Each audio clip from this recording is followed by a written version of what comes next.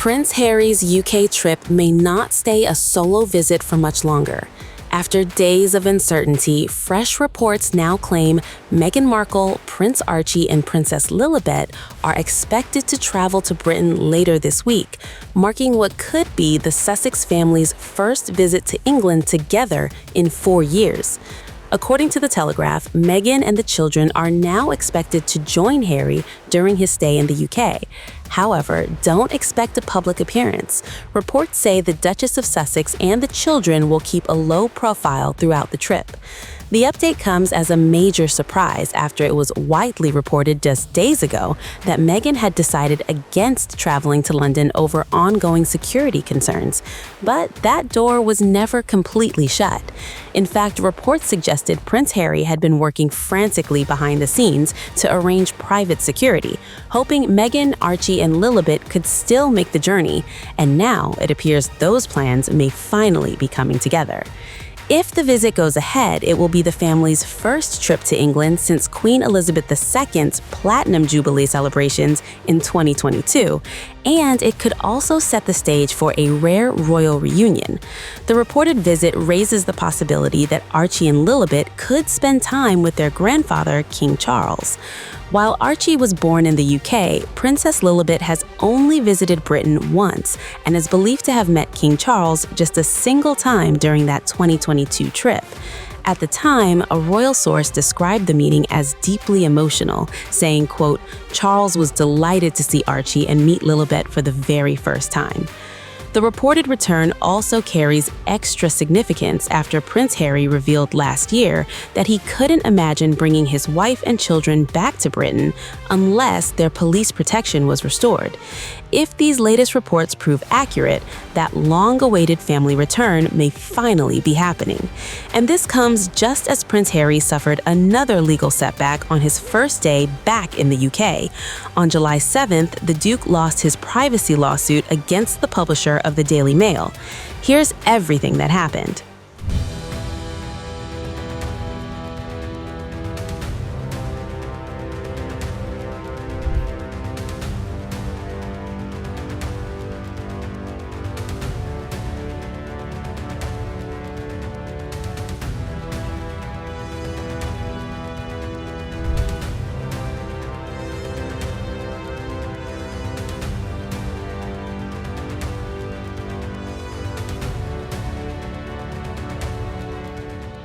Prince Harry's long-running battle against the British tabloids has suffered a major setback.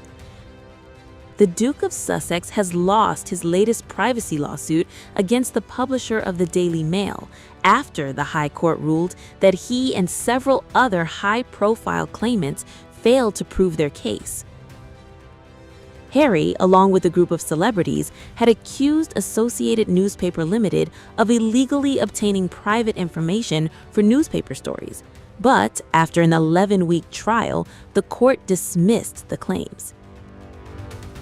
In a detailed 436-page judgment, the judge said the claimants had not demonstrated that the reporting relied on unlawful information gathering. Instead, the court found there were legitimate explanations for how the information could have been obtained through lawful journalism.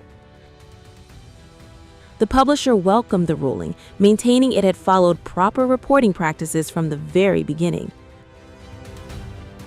The company had also argued that the claims were filed too late under the UK statute of limitations, although the judge said it was unnecessary to rule on that issue after dismissing the case on its merits.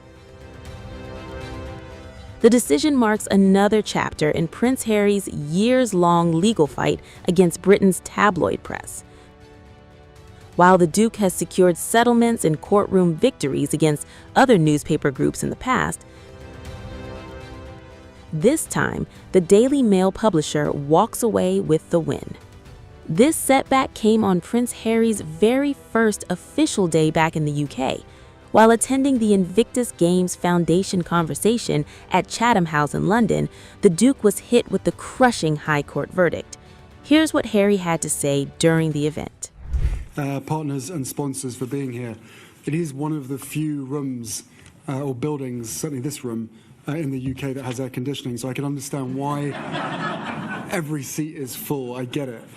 But looking around this room, I see people representing different nations, different governments, different militaries, different organizations, and of course, different approaches to recovery. And that's exactly as it should be. No two countries are the same. No two healthcare systems are the same. And no two military cultures are the same either. And what brings us together is far more important than what sets us apart. Every one of us believes that those who have served their country, and in particular those whose lives have been changed by that service, deserve more than our gratitude. They deserve opportunity, the chance to redefine one's purpose and identity. They deserve to truly feel our admiration and respect. And they deserve every chance to build the life that they choose beyond military service. That's what the Invictus community is all about. Now, over the next 2 hours, you'll hear about programs, partnerships, policies, and practical solutions, all in the hope of making progress, which comes when we're prepared to learn from one another. For many people, the Invictus Games are the moment that they first encounter this community. They see extraordinary competitors on the field of play, incredible families supporting from the stands, and they witness resilience in its purest form. But those of us here know that the Games have never been the destination.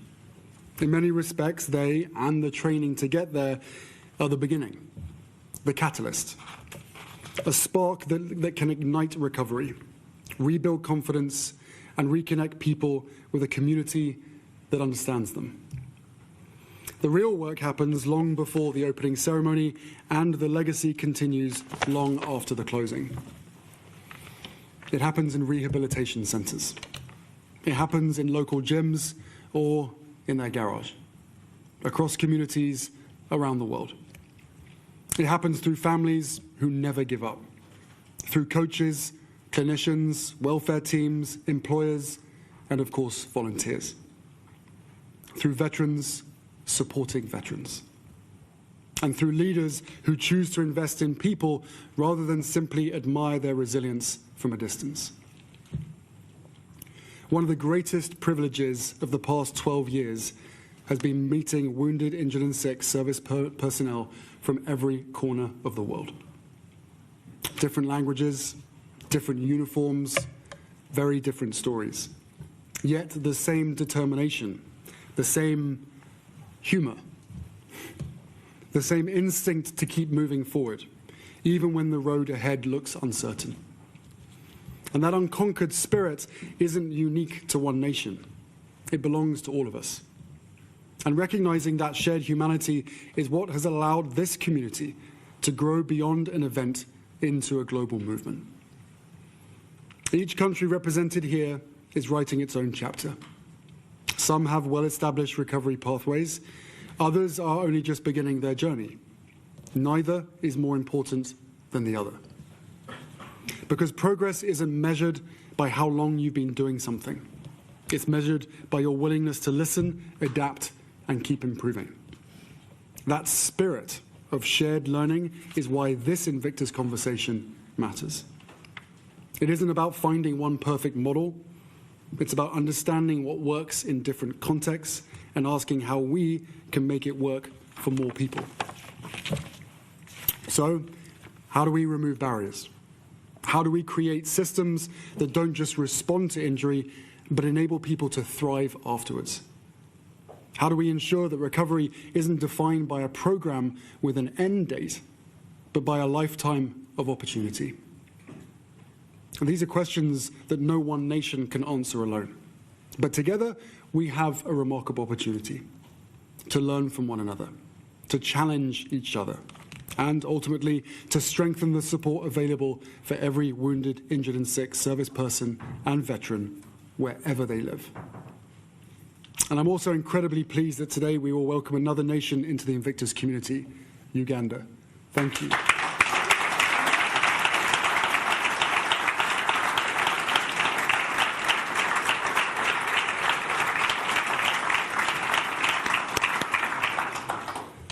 has never been about numbers. It's about reaching those who need us most and building partnerships that last and ensuring that no one feels that they're making this journey alone. And to everyone speaking today or asking questions, I hope we approach these conversations with a sense of collective responsibility, a genuine commitment to improving the lives of men and women who have already given so much in service to others. Because this isn't about celebrating individual success stories, however inspiring they are. It's about creating systems that make those success stories possible, changing cultures and expectations, and ensuring that further generations of wounded servicemen and women know that recovery is not something that they face alone. I hope you leave this conference with a deeper understanding of what the Invictus movement really is, and not simply a week of sport every 2 years, but a community united by one belief, that the unconquered human spirit exists in every nation, and that our shared responsibility is to create the conditions in which it can flourish. Thank you.